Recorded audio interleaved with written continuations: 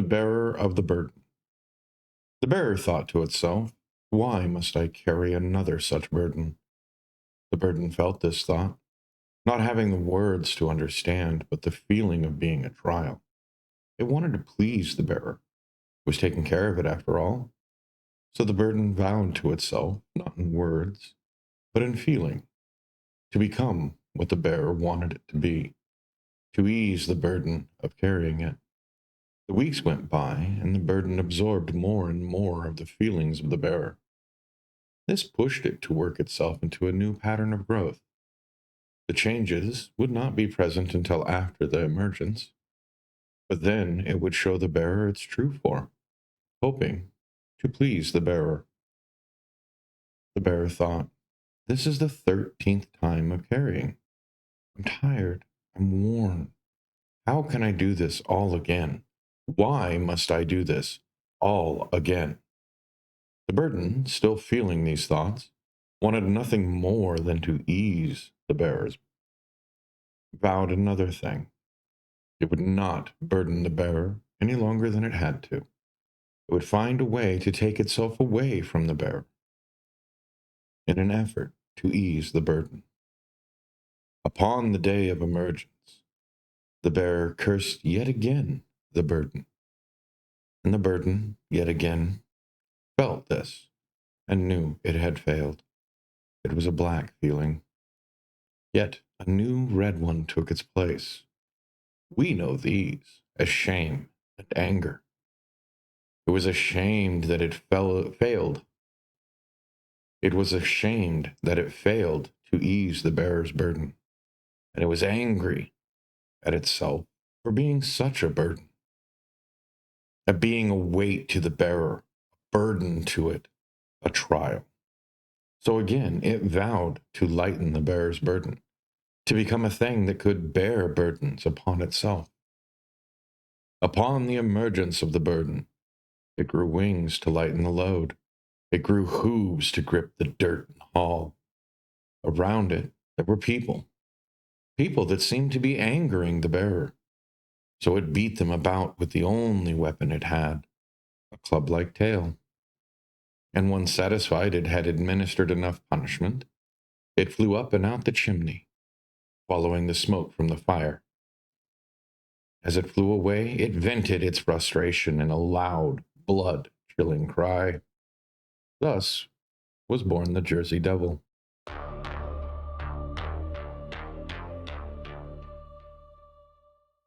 Welcome to the Jersey Devil. I'm going to attempt, off the top of my head, well, okay, technically I wrote the script, but I wrote this portion of the script before I did any research. This was just off the top of my head, recounting what I know of the Jersey Devil.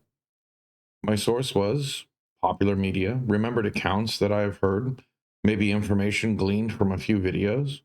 I have heard mention of this popular mythical cryptid, and this is my hope that, well, where we'll all be at. Like a primer on the cryptid itself, an idea of what the general information would be just to the common person. So what I know, horse or goat head, 13th child, born of a woman referred to as Mother Leeds, may have been the child of a pastor, religious leader. Mother Leeds may have cursed the child, being that it was her 13th child. Upon birth, it rapidly changed into a bat-winged, long-faced, club-tailed monster. It's been sighted many years after its birth, which normally long after its natural lifespan should have ended.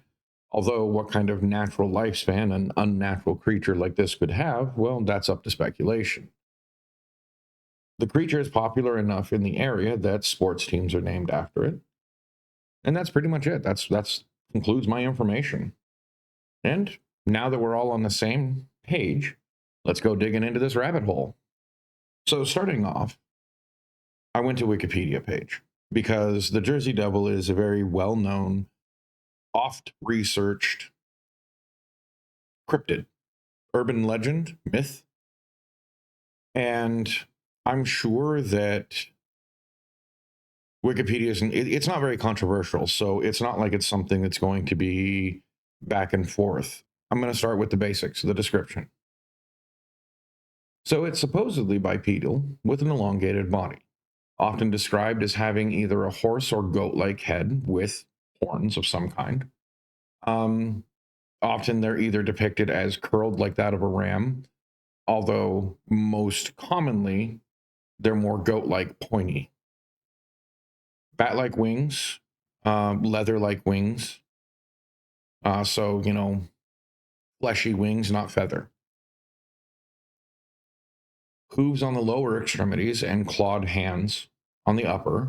The shape of the body is elongated, described as that of like either a kangaroo or maybe a wyvern, which, for those of you who don't know, a wyvern is a small dragon like lizard thing, long bodied, four limbed. Sometimes those four limbs are two legs and two wings. Sometimes it has like little vestigial T Rex like arms, that kind of thing. Which, I mean, when you think about the legs wing, it makes me think more of like a salamander, even though that's reverse. Salamanders generally have front two legs and just a tail behind.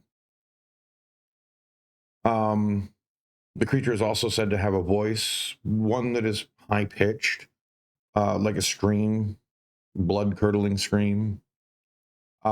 Tail, that seems to shift from tail to tail. See what I did there? Which sometimes it's thick and club like, sometimes it's a single point, sometimes it's a triangular point, sometimes it's spiked like a club, like a spiked club. Like I said, it's vague.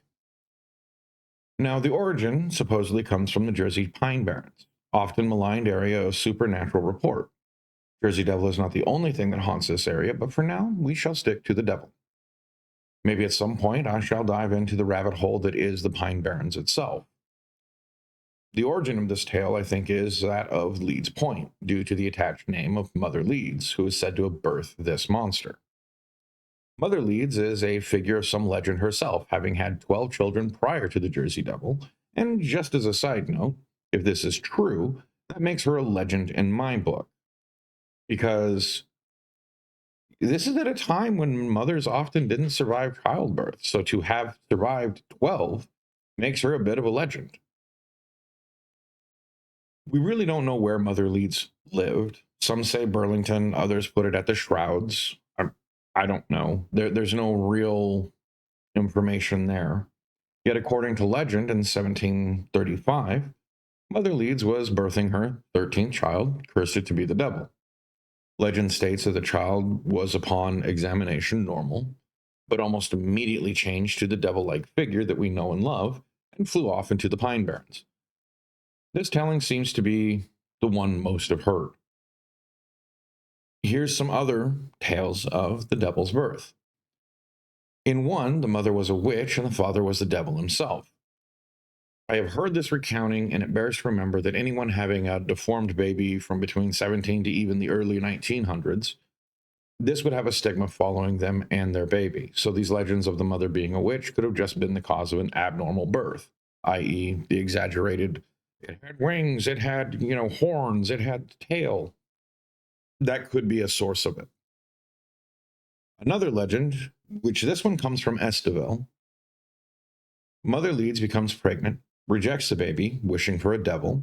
Once the baby was born, the devil flew out the window and would return, but the mother would often chase it away.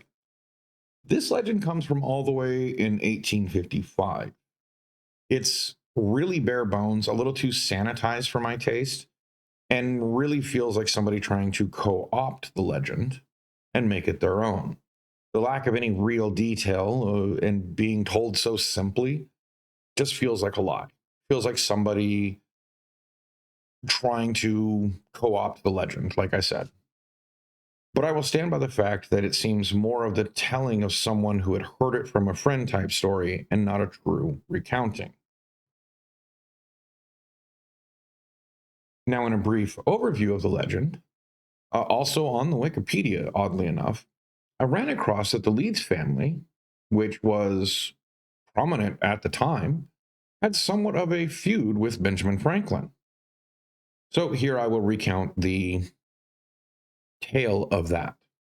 The Quakers, a religious sect, had moved into the southern Jersey region. One of their numbers was a man named Daniel Leeds. This man would publish almanacs, and this started around 1687.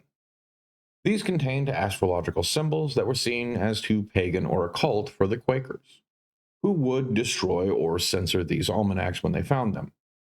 But Daniel, not one to be deterred, apparently, continued writing these almanacs, even becoming more enthralled with the esotericism, researching such topics as natural magic, various stripes of Christian esotericism, cosmology, and was seen as a heretic to the Quakers. Leeds then decided to convert to Anglicanism, and would publish anti-Quaker tracts, pointing them out as anti-monarchists. This endeared him to apparently a local Lord Cornbury, and Daniel Leeds worked as a counselor to him for a time, which this led him to be seen as even more evil and hellacious to the people. The Quakers even published an anti-Leeds tract of the title Satan's Harbinger Encounter, being somewhat by way of an answer to Daniel Leeds. This long title was accusing Daniel Leeds of working with the devil publicly. Oddly enough, this doesn't seem to deter Leeds, and he continued to publish his almanac. In 1716, Daniel Leeds' son, Titan, inherited the family business. This put him in direct competition with Benjamin Franklin. And this is where I see the true legend of the Jersey Devil came about.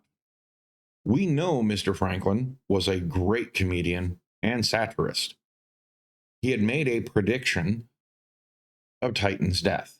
And once that prediction failed to come to pass, he would refer to Titan as a ghost sent to bother him. Titan would refer to Old Ben as a fool and a liar, further fueling Franklin to continue the jest.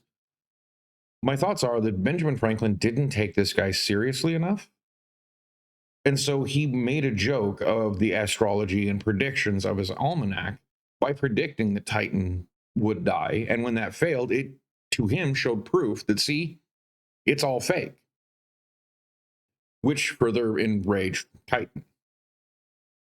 There was another point as this being the starting point of the cryptid myth. The Leeds family crest had a wyvern upon it. This is also one of the most often depictions of Jersey Devil. I would believe this would have given Benjamin Franklin all the ingredients for the legend he would make. Whether intentionally or not, I think the Jersey Devil legend comes down to Benjamin Franklin's legendary wit. In trying to get his rival's goat, see what I did there? He managed to construct a lasting myth, a myth and legend that has persisted for 200 years and still going strong. I wonder if maybe Mr. Franklin had used an older myth. I'm not discounting that there is something like the Jersey Devil, please understand. But I think that Mr. Franklin had used this old myth to attach to his myth. You know, you always have to have a grain of truth. Whether or not he saw it as true or not, he used the legends, which this is what he used to hang his rival's reputation with. This would also explain how there are still sightings of the monster to this day, or at least something of that type. I too have been in the woods, not in the Pine Barrens, sadly, and have seen many things I could not explain. I grew up in Montana. I've lived in Washington. If you know anything about these forests that are around those areas, they also have their own legends. Just not as popular. Well, other than Bigfoot. The Cascade Range is where the Bigfoot legends really are the most oft. So while the myth of the Jersey Devil may have been used to lambast a rival of Benjamin Franklin's, I'm not convinced that Mr. Franklin is its true origin. I believe that he co-opted it. But he's the one that we got our myth from, if that makes any sense.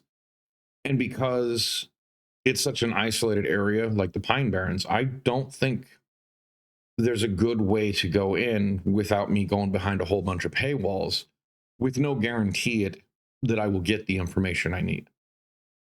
So I basically I stopped it here.